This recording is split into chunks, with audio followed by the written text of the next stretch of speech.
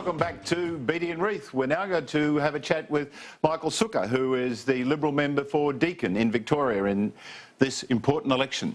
Well, it's great to have you, Michael, and can I say to the audience, Michael is one of the newer members, got in the last election. He's got a law degree, he's got a commerce degree. He worked with Ashurst, which is one of the better well-known lawyers' business in Melbourne. So he's got a lot of background there, very relevant to politics. I think he knows a lot about the tax system as well, because he's been a tax lawyer. Actually, you could have a word to David Feeney about his negative gearing, by the way. I mean, sort of cooperation between the two sides. Yeah, don't bite, Michael, don't bite. So you can come back to that one if you like. So, Michael, we're delighted to have you here. And we're very interested to know what's your margin, how's it going, what are people saying in your electorate? But start with what your margin is and what you're facing. Well, gentlemen, thanks. It's great to be with you. Deakin is the most marginal Liberal-held seat in Victoria, so it's a margin of 3.18%. It's basically gone with the government ever since '96. So in a sense, it's the Victorian bellwether. I'd say, you know, in describing the seat, outer suburban, very aspirational, good, solid values, and I'd be saying to Bill Shorten that I think Deakin is the heartland of Australia, but I suppose every parochial member of Parliament probably says that about their own seat. There's nothing new about that. Nothing wrong with that either, Michael. Very good. Yep. So, Michael, what's it like on the ground? I mean, you've seen the debate in the last couple of days about superannuation, and you've seen, you know, the Greens stuff it up with Julie Bishop. Perhaps could have been a bit more informed. But are people talking to you about superannuation? Is there a bit of anger in the ground from your traditional supporters?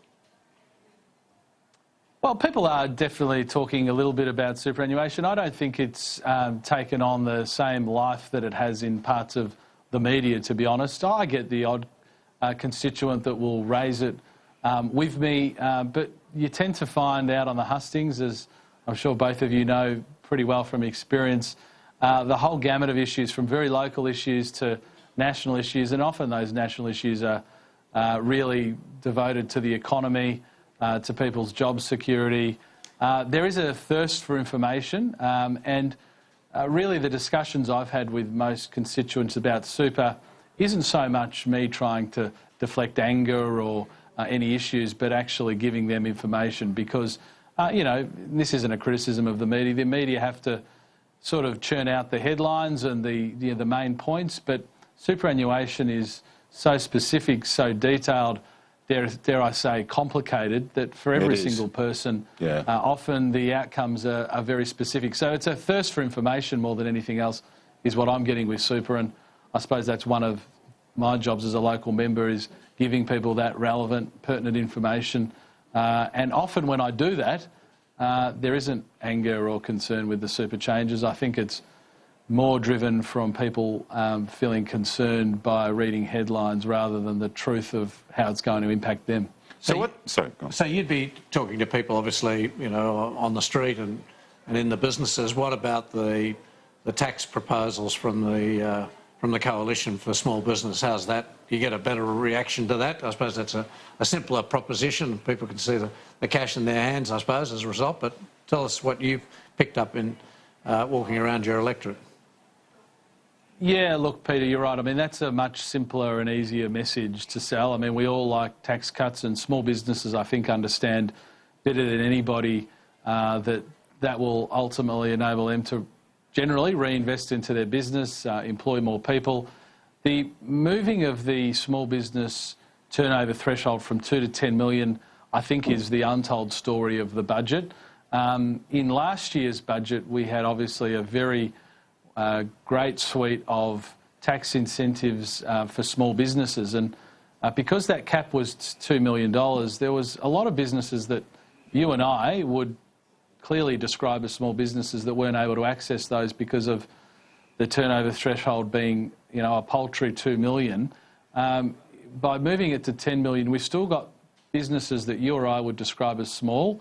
Often they're not necessarily rolling in dough. They're not extraordinarily profitable, but their turnover is somewhere over $2 million. They are genuinely grateful for the changes proposed in this year's budget. And I suppose what I've noticed on the ground, and this is anecdotal evidence rather than sort of strict economic evidence, but I think the economic evidence supports this, is that most of my local jobs growth is being driven by those small to medium enterprises. It's not so much from the large corporates. So, you know, I'm pretty enthusiastic about it, and it's fair to say that my small businesses in Deakin have been very enthusiastic about those changes as well. Michael, what about, what's the issue, the cutting issues on the ground that are going to get you re-elected in your view? Well, in Victoria, and I'm not sure how relevant this is around the country. I suspect there is. Victoria, we are definitely a city that's dealing with increasing congestion. Congestion in every way, on the roads, through our commuter public transport system. I mean, we are dealing with congestion. So infrastructure investment is huge in Victoria. Most Victorians can still remember what it was like to be able to get around our city, you know, in 20 or 25 minutes, and that's changing because we are the fastest growing city in the country. So for Deakin, single-handedly the biggest issue has been the cancellation by the state Labor government here of the East-West Link contract, spending $1.1 billion to cancel the contract. Now, we are in Deakin, in a sense, at ground zero as far as the East-West Link goes. It would improve the Eastern Freeway, which is the main arterial for Deakin. So infrastructure investment, and for me, in Deakin in particular, the East-West Link is certainly the #1 issue on people's lips. So that's going to help you get re-elected, do you think? That'll help you get re-elected, the cancellation of it? Well, because we have recommitted $3 billion to build it. So we have got an unequivocal position on the East-West Link. It's a road that any Victorian knows, Peter, has to be built. It will be built, it has to be built, and people are incredulous that a state government would spend that quantum of money to cancel the contract. So I don't say that with the cancellation of the contract, you know, with any joy. I'd rather the project be commenced, which it would have commenced by now, and we'd have 6,000 construction jobs and work would have started. I'd much prefer that. But the reality is that Daniel Andrews here spent $1 billion cancelling the contract. Bill Shorten supported him in that, and I think for people in the eastern suburbs of Melbourne particularly, this will be their first chance to send Labor a message, and I think they're going to send them a strong message. I think it's a broader issue, isn't it? Because I think if I may say so, in Queensland, Palaszczuk is not having a good run, and you'd have to wonder what impact that's going to have in the minds of some of the voters. We'd have to argue about that. We will have to argue about that, but I think it's the same in Victoria. Because how would you describe Daniel Andrews? Because there's also this issue about the union taking over the volunteer, the CFA, the Country Fire Authority. Now, that's a local issue, but do you think it has a broader impact?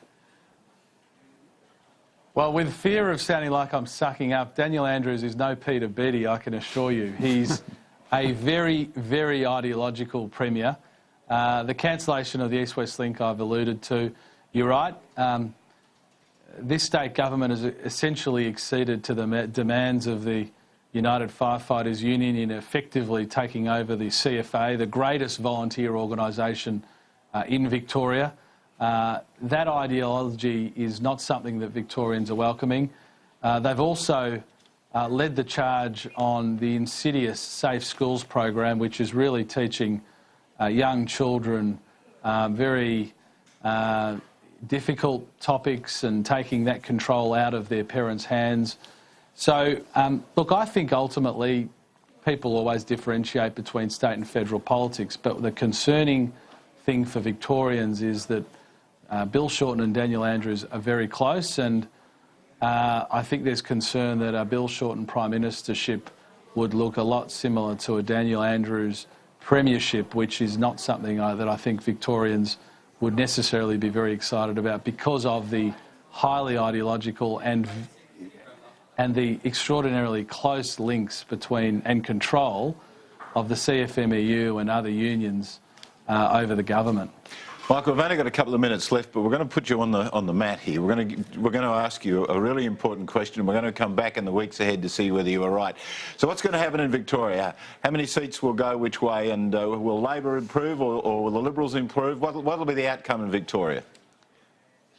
Well, this is the point at which I'm supposed to say something like, you know, I'm a participant, I'm not a commentator. But given that you've so generously asked that question, look, I think in Victoria, to be honest, we've got, you know, as far as the Liberal Party goes, I think we're in a very strong position. I think we, due to some of those factors I outlined earlier, are holding out some hopes in a couple of seats in the eastern suburbs.